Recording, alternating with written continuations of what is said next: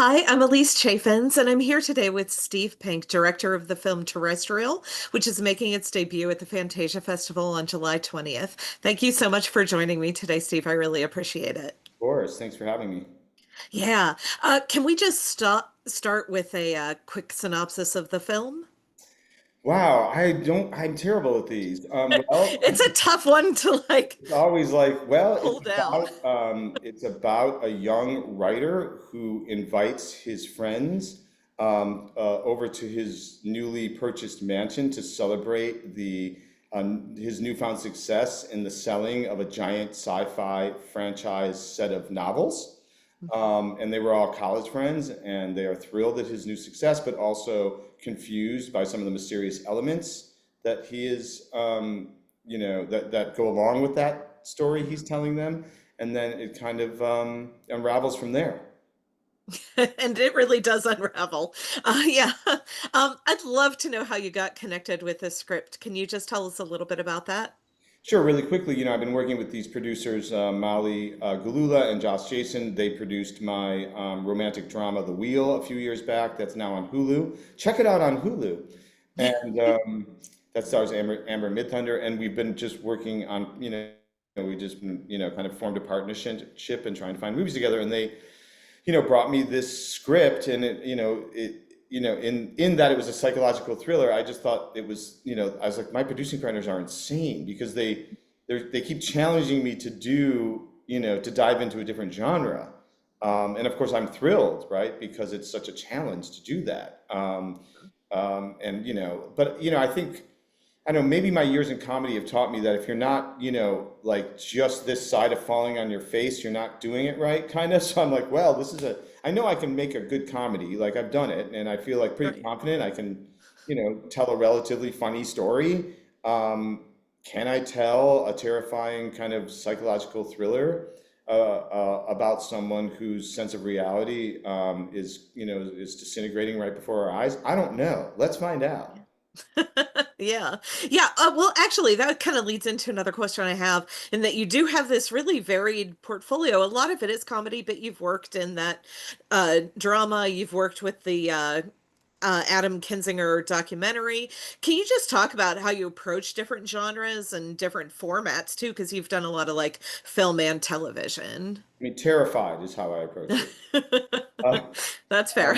I mean, I look. I'm very, very lucky. Yeah, I've been on a really interesting run. I did a romantic drama, then a feature political documentary, and now a psychological thriller. I'm actually doing a comedy now, so I'm back on my home turf.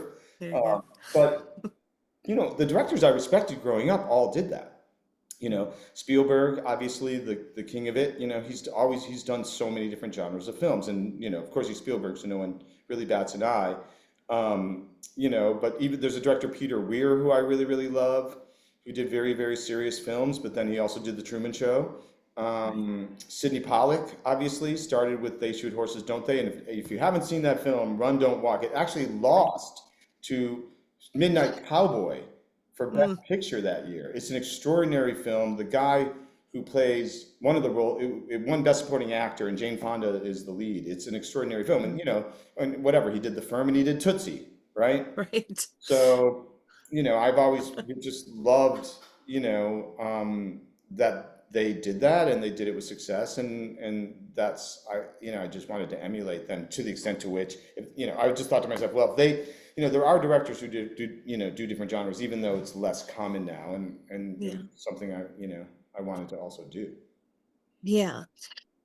Shifting gears a little bit, I always think it's really fascinating when a film or television show or a film has like a different film or television show inside of it. Can you talk about filming the bits of the Neptune cycle that are kind of like inside of Terrestrial? Well, of course, when we started filming the movie within the movie, we're like, why aren't we making this movie?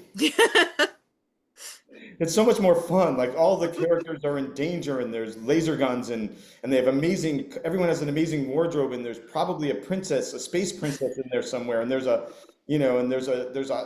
Craig Robinson plays a high priest who's been alive for 4,000 years, and you're just like, wait a minute, why aren't we aren't we making this movie? But it was interesting because there's the kind of mirroring, right, or the duality of the stories, right? Because one is just a classic. The movie within a movie is this kind of fun, like electric sci-fi hero's journey where everything's going to just, you know, go right for the character ultimately, right? It's like he's like a Right. whatever kind of space hero he is, he's going to begin and end as a hero, right? And we see Hmm. that mirror even to the extent to which Jermaine's character you can see starts to try and emulate and inhabit, right, Right. that character within the movie, right, even down to his wardrobe. So Yeah. he's trying to conjure or shape his reality to that reality, and of course that's impossible, and so it leads to all kinds of tragic consequences.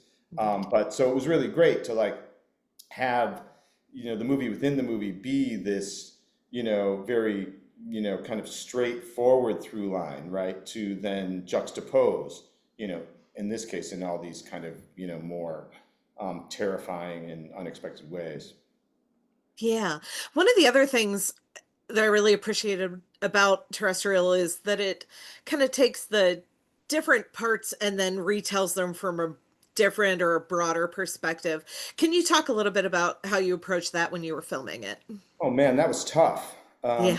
And there's some shows who have done it that have done it recently, and so we were able to look at those shows and say, well, when they repeated events from a different perspective, does the reality change or does the reality stay the exact same just from a different perspective, right? And so that was just really, really interesting just in and of itself to just asking that question.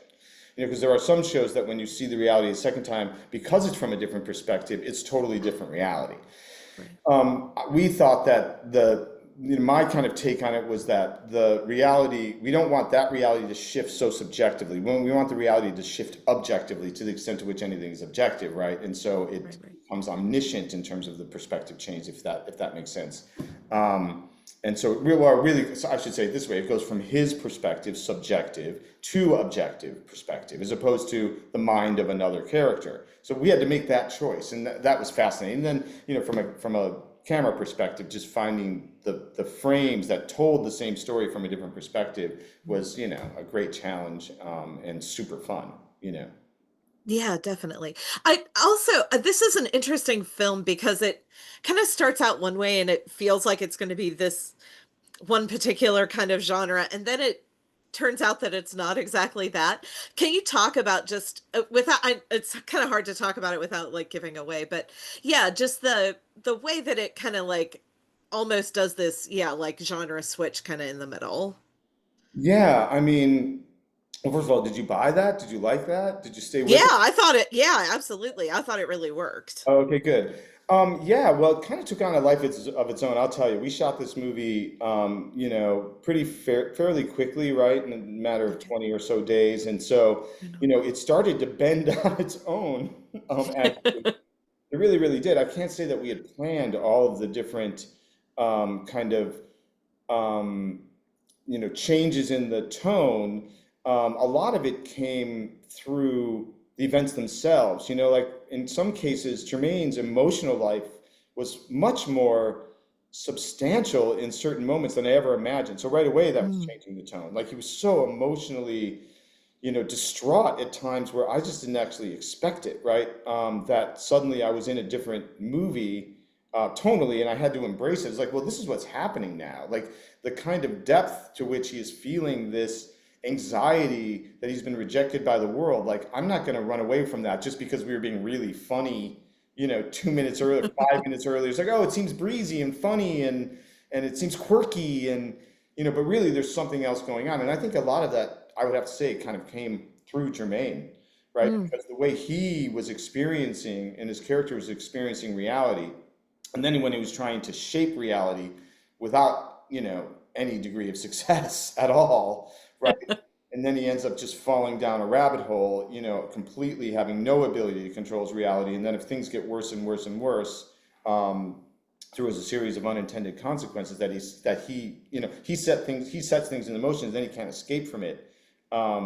We were kind of tumbling down that same, whatever rabbit hole, and the tone kind of would change naturally as we would mm, enter a new, a left turn or a new right turn. We go around another bend, and you're like, oh no, now we have to deal with this, and so we would just always embrace it. And then, I know that was a long and rambling answer, but it was, I guess that is to say that it wasn't just like we planned it to be genre bending in that way, or we planned it Right. to like shift tonally at exactly this moment. In some cases, at the end of the first act, obviously, that's a Right, yeah. overt, tonal shift. But beyond, Yeah. yeah, it was just a journey we all took. Interesting. Yeah. So you have obviously been making films for a while, but can you talk a little bit about how it feels just to see a film premiere at something like Fantasia, even after having made films in the past? And I'm yeah. incredibly excited. I've never been invited to a genre festival. I love genre movies, so I'm like a genre super fan. But people don't, it's my private life. People wouldn't, people don't know what I'm into. I'm a literary sci-fi nerd. I've read, whole swaths of science fiction and science fiction subgenre. Um, and I was kind of a classic sci-fi reader, and then just because of my age, and then there was a kind of a gap, and then I started with cyberpunk, right, from William Gibson, and so I went from Vonnegut to William Gibson to Neil Stevenson, and then lots of other, writers in between. And so I've always, but I've never been invited to any of those parties. It's like, no one's inviting me to Fantasia, so for any reason. So to make a film and then be invited is just the greatest thing ever. You know.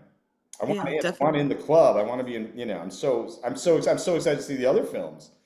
Um, Yeah. it's just incredible. Excellent. Well, yeah. So just as we kind of wrap up here, what would you really kind of want audiences, I guess, to take away from this film as they're watching it? Like, what is your hope for that?